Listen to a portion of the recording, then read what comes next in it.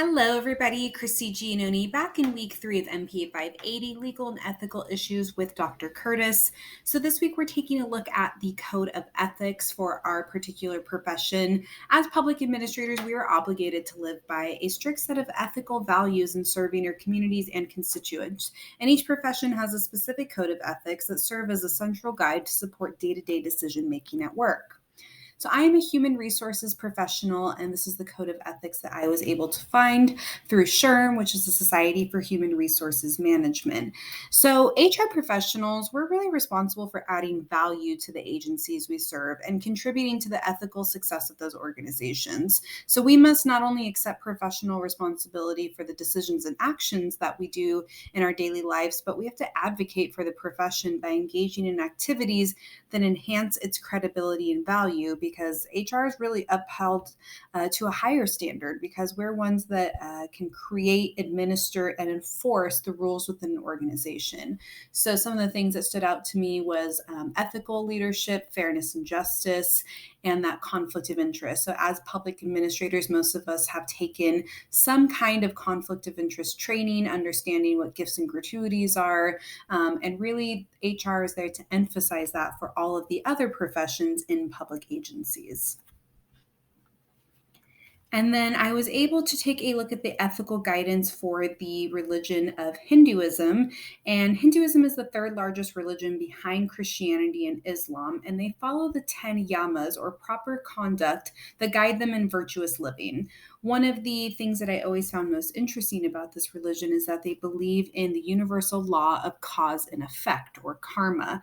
And as I was taking a look at this, I thought that it aligned with Hobbes and contractarianism, kind of that rational thinking that if we do good, if we conduct ourselves in a way where we're cooperating with others versus not cooperating, that we're going to have a more beneficial outcome.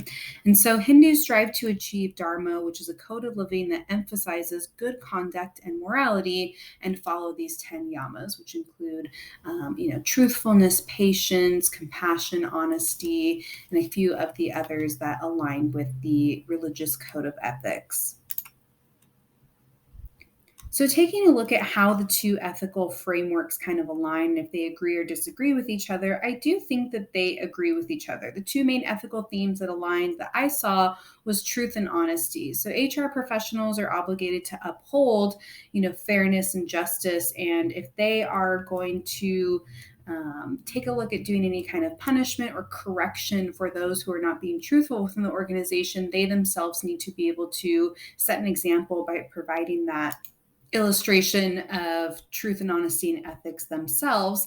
And then those are listed as these one of the yamas in the ethics of Hinduism. So those are kind of the two things that stuck out. There are some very specific ethics that are listed for human resource professionals, but both of those themes of truth and honesty came out.